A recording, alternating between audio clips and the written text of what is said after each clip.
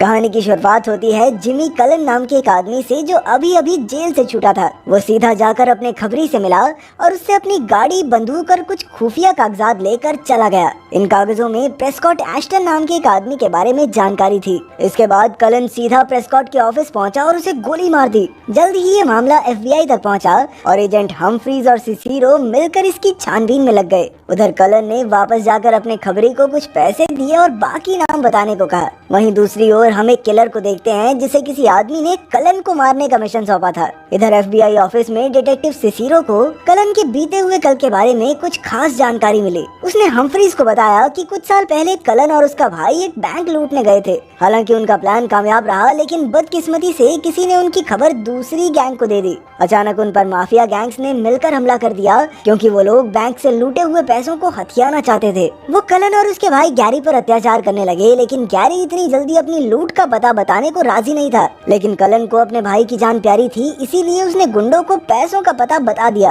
खैर, पैसों की जानकारी मिलने के बाद भी 3 गैंगस्टर्स प्रेस्कॉट, निक्सन और केनेथ टाइसन ने मिलकर गैरी का गला काट डाला। इसके बाद उन्होंने कलन को भी गोली मार दी और डॉक्टर्स ने उसे मृत घोषित कर दिया। लेकिन इलाज के वक्त उन्होंने कलन के सर में लोहे की चिप लगाई थी और शायद इसी चमत्कार से उसकी जान बच गई। सिसिरो का मानना था कि अब कलन बाकी गैंगस्टर से अपने भाई की मौत का बदला लेने आया है। इसी दौरान कलन अपने दूसरे टारगेट केनेथ टाइसन के पास पहुंच गया। केनेथ उस वक्त एक लड़की का अपहरण करके उससे जबरदस्ती करने की कोशिश कर रहा था, लेकिन कलन ने आते ही उसके सर में गोली मार दी। इधर किलर भी उसका पीछा करते हुए यहाँ तक आ गया था। जैसे ही कलन वहाँ से निकला तो किलर ने उसे मारने के लिए उस पर हमला कर दिया। अचानक दोनों तरफ से जमकर गोलीबारी होने लगी और आखिरकार कलन किसी तरह वहाँ से बच निकला। उधर डिटेक्टिव हम्फ्रीज अपनी गर्लफ्रेंड से मिलने आया। उसकी गर्लफ्रेंड बहुत गुस्से में थी क्योंकि हम्फ्रीज अपने बेटे को समय ही नहीं दे पाता था। खैर, फिर हम्फ्रीज अपने बेटे को स्कूल छोड़ने निकल गया। रास्ते में उसे डिटेक्टिव सिसिरो ने फोन करके केनेथ के कत्ल की खबर दी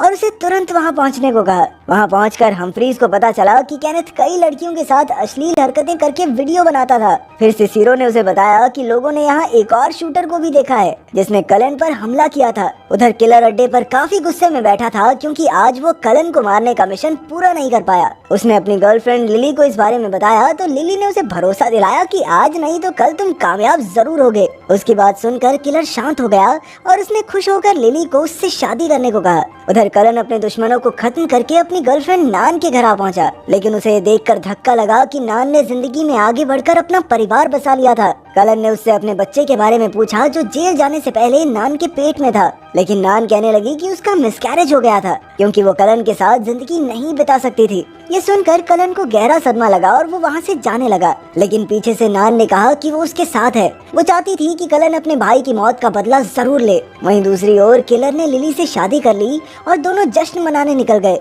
तब किलर ने उसे अपने दिल की बात बताते हुए कहा कि वो जुर्म की दुनिया छोड़कर एक आम जिंदगी बिताना चाहता है। उधर कलन अपने अगले दुश्मन निक्सॉन को मारने की तैयारी में जुट गया। उसने निक्सॉन को एक क्लब में जाते हुए देखा और उसे याद आया कि कैसे निक्सॉन ने उसके भाई का गला रेत कर उसकी हत्या कर दी थी। अब कलन भी उसके पीछे अंदर घुसकर बाथरूम में आ गया। तब निक्सॉन ने उसे देखकर कहा कि वो जानता था कि कलन उसे ढूंढते हुए यहाँ जरूर आएगा।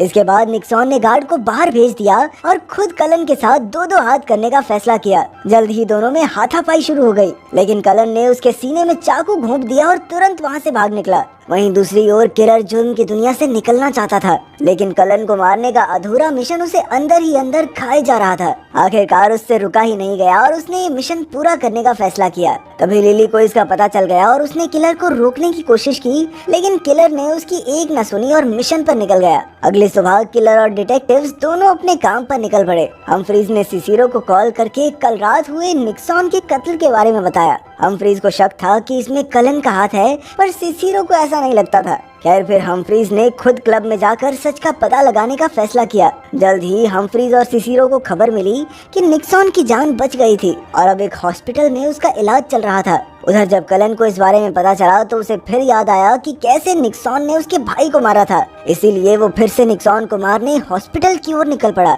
वहीं हम्फ्रीज जानता था कि कलन यहाँ जरूर आएगा, इसीलिए वो पहले ही हॉस्पिटल पहुँच गया। जल्द ही कलन वहाँ आया और उसने इलाज के दौरान ही निक्सॉन को गोली मार दी। गोलियों की आवाज सुनकर हम्फ्रीज तुरंत कलन को पीछे करने लगा और आखिरकार बेसमेंट में दोनों एक दूसरे के आमने सामने आ गए। जल्द ही दोनों ने गोलीबारी शुरू कर दी, लेकिन जब कलन ने हम्फ्रीज का पुलिस डिस्पैच देखा तो वो उसे छोड़कर वहाँ से भाग निकला। रास्ते में उसे निक्सॉन के बेटे का फोन आया और उसने पूछा कि क्या तुमने ही मेरे बाप को मारा है। इस पर जब कलन ने हाँ कह दिया तो निक्सॉन का बेटा कहने लगा कि मैं तुम्हें जान से मार डालूंगा। तभी अचानक कलन की नजर किलर पर पड़ी जो उसका पीछा करते करते यहाँ तक आ पहुँचा था। उसी पल दोनों हाई स्पीड में गाड़ी भगाने लगे, पर इसी चक्कर में कलन की गाड़ी का टायर फट गया और मौके का फायदा उठाकर किलर ने उसकी गर्दन में गोली दाग दी। लेकिन फिर भी कलन तेजी से वहाँ से भाग निकला और एक बार फिर से किलर का मिशन अधूरा रह गया। इस बार तो किलर गुस्से से तिल मिला उठा और उसने किसी भी कीमत पर कलन को मारने का फैसला किया। किलर से बचने के बाद कलन अपने घर पहुंचा और उसने अपनी ही माँ के सर पर बंदूक तान दी। उसने अपनी माँ से पूछा कि आखिर उसके पिता कहाँ हैं, क्योंकि असल में कलन को लगता था कि उसके बाप ने ही बैंक लूट वाले दिन बाकी गैंग्स को उनकी खबर दी थी। कलन के पिता ने उनसे लूट का हिस्सा मांगा था, लेकिन जब उन्होंने हिस्सा देने से मना कर दिया तो उसने अपने ही बेटों को मरवाने का प्लान बना दिया। लेकिन कलन की माँ ने कहा कि ये सच नहीं है। तब कलन ने बताया कि पहले वो इस चोरी के प्लान में अपने भाई गैरी के साथ नहीं था, लेकिन ऐन वक्त पर उसका ड्राइवर भाग गया, इसीलिए उसे ड्राइवर की जगह लेनी पड़ी। गैरी ने हमेशा उसका साथ दिया था, इसीलिए कलन भी उसकी मदद करना चाहता था, लेकिन वो कहाँ जानता था कि इसी प्लान में गैरी मारा जाएगा। इसके बाद कलन की नजर एक तस्वीर पर पड़ी और उसने मारिया को देखा जो उस वक्त गैरी की गर्लफ्रेंड हुआ करती थी। तब उसे एहसास हुआ कि उस दिन उनके पिता ने नहीं बल्कि मारिया ने उन्हें धोखा दिया था। अब उसने गैरी की अस्थियां उठाई और मारिया को ढूंढने निकल पड़ा। उधर हमफ्रीज जब ऑफिस पहुंचा तो सबने उसकी काफी तारीफ की, क्योंकि वो हॉस्पिटल में कलन को पकड़ने के काफी करीब आ गया था। फिर सिसिरो ने उसे बताया कि गैरी के कत्ल में सिर्फ छोटे मोटे गैंगस्टर्स का ही हाथ था और उनमें से किसी ने भी आज तक कोई बड़ा गुनाह नहीं किया। इधर कलन का अब सिर्फ एक आखिरी टारगेट बचा था, जिसका नाम था अलेक्जेंडर जैरेड। जल्द ही उसने जैरेड को ढूंढ निकाला, जो कि अब एक क्रिश्चियन नेता बन चुका था। जैरेड ने भी कलन को देखते ही पहचान लिया और दोनों सैर करने निकल गए। जैरेड कहने लगा कि अब वो ईसाई धर्म का सत्संग करता है और उसने हाल फिलहाल एक लड़के को भी गोद लिया है। लेकिन कलन ने कहा कि इससे तुम्हारे पाप तो नहीं धुल जाएंगे ना।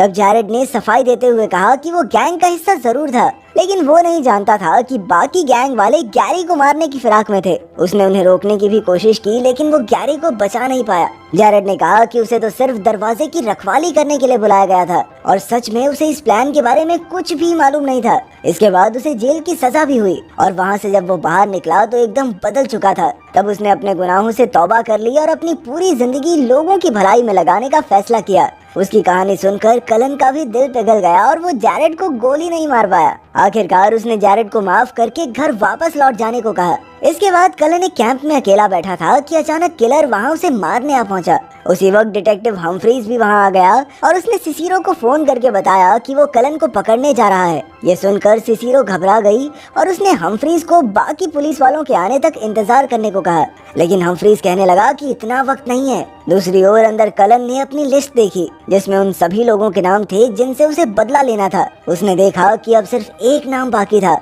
और वो था उस आदमी का जिसने किलर को कलन को मारने का मिशन दिया था। लेकिन कलन नहीं जानता था कि आखिर ये है कौन। अब किलर और कलन एक दूसरे पर हमला करने ही वाले थे कि अचानक हमफ्रीज ने वहाँ आकर किलर पर बंदूक तान दी। जैसे ही किलर ने अपनी बंदूक नीचे रखी तो हमफ्रीज ने कलन को गोली मार दी और तब ये खुलासा होता है कि गैरी की मौत का आखिरी जिम्मेवार हमफ्रीज ही था, लेकिन कलन उसके बारे में नहीं जानता था। वहीं किलर को एहसास हुआ कि हमफ्रीज ही वो आदमी था जिसने उसे कलन को मारने का मिशन दिया था। फिर हमफ्रीज ने बताया कि गैरी की गर्लफ्रेंड उसकी खबरी थी और उसने ही कलन और गैरी के प्लान की खबर हमफ्रीज को दी थी। आखिरकार हमफ्रीज ने किलर को इस मिशन के पैसे दिए, लेकिन किलर ने इससे इनकार कर दिया क्योंकि उसने काम पूरा नहीं किया था। खैर इसके बाद वो जुर्म की दुनिया हमेशा के लिए छोड़कर लिली के पास चला गया। इधर डिटेक्टिव सिसिरो हमफ्रीज की मदद करने आ रही थी कि रास्ते में उसे एहसास हुआ कि हमफ्रीज तो शुरुआत से कलन के बारे में सब कुछ जानता था। अब कलन को मारकर हमफ्रीज का रास्ता एकदम साफ हो चुका था, इसीलिए उसने मारिया को फोन करके कहा कि वो घर लौट रहा है।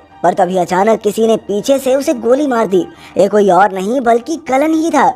असल में कलन के सर में लोहे की चिप लगी थी, जिस वजह से उसकी जान बच गई। जल्द ही FBI की टीम वहां पहुंची और उन्हें हमफ्रीज की लाश मिली, लेकिन सिसिरो ने हमफ्रीज की असलियत छिपाए रखने का फैसला किया। आखिरकार कलन का बदला पूरा हो गया था, इसीलिए उसने गैरी की अस्थियां समुद्र में बहा दी और अपने रास्ते पर निकल गया। अगर वीडियो पसंद आई तो लाइक कर देना, चैनल को सब्सक्राइब कर देना। मिलते हैं